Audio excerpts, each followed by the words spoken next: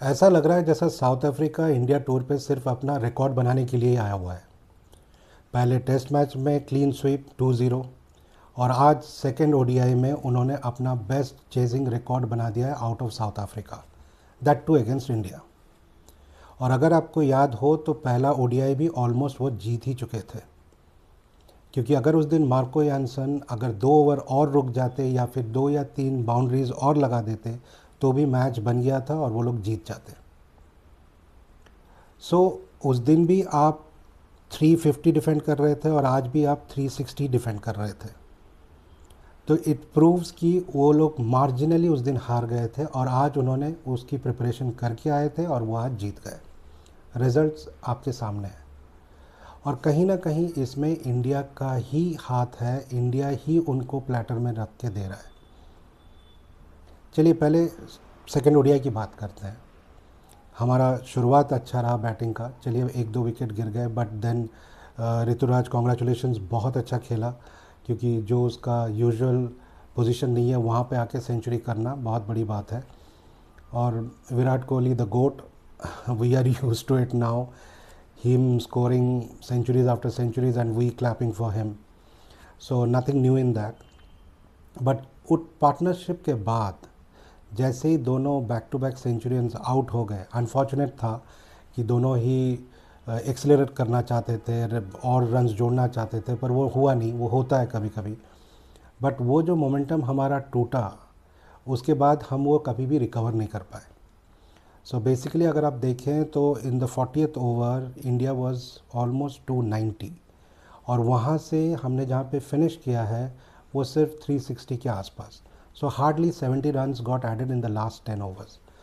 In modern day cricket it is not acceptable, क्योंकि तभी भी आपके पास बैट्समैन थे राहुल, हालांकि उन्होंने अच्छा स्कोर किया है बट उन्होंने फर्स्ट 4-5 ओवर थोड़ा संभल के खेले। आई अंडरस्टैंड ये भी क्यों हुआ, क्योंकि उनके और जडेजा के बाद कोई भी बैट्समैन नहीं है, क्योंकि वो भी कहीं ना कहीं राणा को एज अ ऑलराउंडर नहीं सोचते, नहीं समझते हैं। सो दैट शोज़ कि the depth of batting was not there. That's why they had to wait for 4-5 hours before they started charging. It's understandable.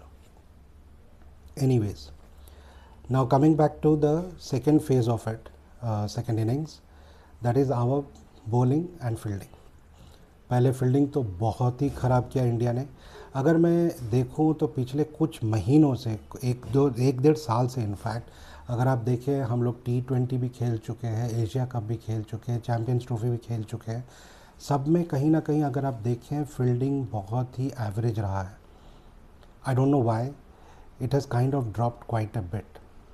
क्या इसमें कोचिंग स्टाफ का कुछ लेना देना है? Are they not putting that effort और the players are not able to motivate themselves? Because players तो काफ़ी सारे वहीं के वहीं हैं टीम में, सारे तो चेंज नहीं हुए हैं। क्योंकि आज अगर आप देखें तो जडेजा जैसा प्लेयर का भी 2 बाउंड्री मिस हुआ है। सो यशस्वी जायसवाल का वो कैच मार्करम का बहुत ही कॉस्टली हुआ, वी नो दैट। कहीं ना कहीं वहीं से उनका मोमेंटम बन गया। अगर उनका वो विकेट वहीं पे चला जाता तो बहुत ही मोरल बूस्ट होता, क्योंकि वो कुलदीप का फर्स्ट ओवर था या फिर सेकंड ओवर था, तो वहाँ पे अगर वो पकड़ बना पाते तो बहुत अच्छा होता। But as they say there are no ifs and buts in cricket. जो नहीं हुआ नहीं हुआ। Now coming back to the bowling attack, मुझे अभी तक ये समझ नहीं आता गौतम गंभीर और सिलेक्टर्स का कि क्या सोचकर ये बॉलिंग अटैक इन्होंने ये लाइनअप बनाया है as the front line bowlers. क्योंकि जो तीनों बॉलर्स पेसर्स खेल रहे थे, चाहे वो राणा हो, चाहे प्रसिद्ध कृष्णा हो या फिर हर्षदीप, तीनों ही फर्स्ट चेंज बॉलर्स हैं भाई। अगर आप 3 पेसर खिला रहे हैं तो आपका पहला चॉइस बुमराह, शमी या सिराज होता है, और उसके बाद जो थर्ड चेंज में आता है दैट होता है इनमें से एक। बट यहाँ पे आपने इन्हीं तीनों के साथ as front line bowlers attack लेके चले गए हैं साउथ अफ्रीका जैसा टीम के अगेंस्ट खेलने के लिए। तो obviously there is no depth in bowling, there is no guidance in bowling. कोई प्रो नहीं है, कोई एक्सपीरियंस नहीं है। इनको आप क्यों गाली देंगे, क्यों इनको बोलेंगे कि इन्होंने बॉलिंग ख़राब की है? और ऊपर से ड्यू है। आप इंडिया में बैठे हो, आपको शेड्यूल बहुत पहले से पता है कि वेन्यूज़ आपको पता है। अगर वेन्यूज़ आपको पता है तो आपको ये भी पता होना चाहिए कि वेदर के हिसाब से नवंबर एंड दिसंबर में ड्यू का कितना इफ़ेक्ट होता है, और टॉस आपके हाथ में नहीं होता है। So obviously you have to be prepared for it. Ball गीली हो गई थी, स्पिन नहीं कर रहा था, स्विंग नहीं कर रहा था, कुछ नहीं हो रहा था। I understand, that is why you need a experience bowler in the team.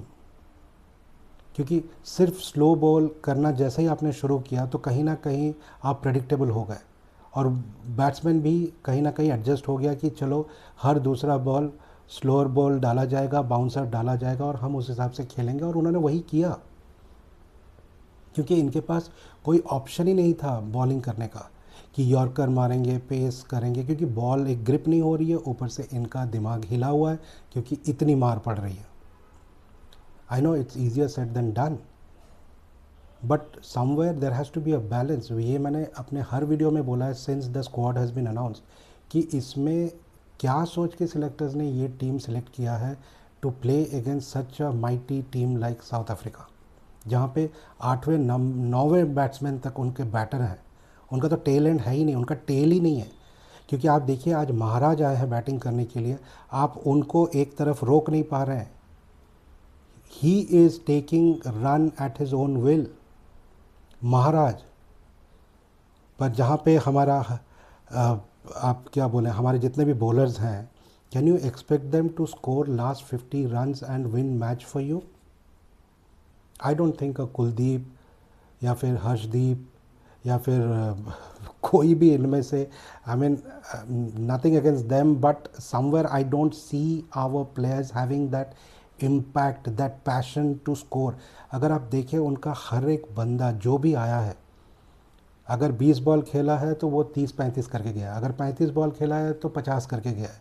That is what a impactful player is. और आपको मैं गारंटी देता हूँ इनमें से आधे प्लेयर्स आने वाले 2 साल में टीम में नहीं होंगे साउथ अफ्रीका के।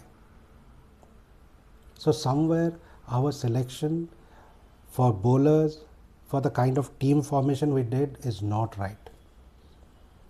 आपकी डेप्थ नहीं थी बैटिंग में, तो आपको एक बैट्समैन और खिलाना चाहिए था। मैंने पहले भी बोला है कि राणा जो है वो बैट्समैन नहीं है, ना ही वो एक बहुत बॉलर अच्छा है, एवरेज बॉलर है। किसी दिन उसका अच्छा चला तो उस जैसा पिछले मैच में वो 2 विकेट ले गया, that's it. Every day you can not expect him to do miracles for you, like जो आप बुमराह से एक्सपेक्ट करते हो, जो शमी से एक्सपेक्ट कर सकते हो कि आपने उनको बॉल दिया है तो विकेट आना ही आना है। ठीक है, अभी प्रेस कॉन्फ्रेंस में गौतम जी आ जाएंगे, बोलेंगे oh this is a inexperience team, they need time to flourish, they will learn in the game, they will learn as they grow. ये सब फालतू की बातें हैं। आपके पास इतने सारे बॉलर्स हैं, आप उनमें से 1-2 को तो रखिए टीम में। आप 360 डिफेंड नहीं कर पा रहे हैं अपने ही घर में। आपको पता है कि स्पिनर्स का इम्पैक्ट नहीं हो पाएगा सेकेंड इनिंग्स में। पता नहीं, बस एक्सपेरिमेंट करे जाना है। और अभी जो T20 भी टीम निकला हुआ है, उसके बारे में हम अलग से एक वीडियो बनाऊंगा मैं, बट उसमें भी मैं देख रहा हूँ कि इसका नाम है क्या नाम है इसका, प्रसिद्ध कृष्णा भी उसमें है और राणा भी उसमें है। अगेन मतलब I don't know, I mean इस टीम के साथ अब तो मुझे थोड़ा थोड़ा डाउट होने लग गया है क्या हो गया इंडियन टीम को, जहाँ पे हर दूसरा मैच हम जीतते थे और हमें आदत सी हो गई थी, हमें कभी सोचना नहीं पड़ता था, neither we used to get surprised and shock कि ओ हम कैसे जीत गए। हम हार जाते थे तो हमको लगता था ओ शिट हम हार कैसे गए। बट पता नहीं क्या हो गया है पूरा इंडियन टीम को, जिस हिसाब से अभी गौतम गंभीर हैंडल कर रहे हैं टीम को, और BCCI का सिलेक्शन टीम को क्या हो गया है। Reboot time, it's reboot time, can't leave it for too late. I don't know what more to say. Anyways, let me know your thoughts in the comment box. Thank you.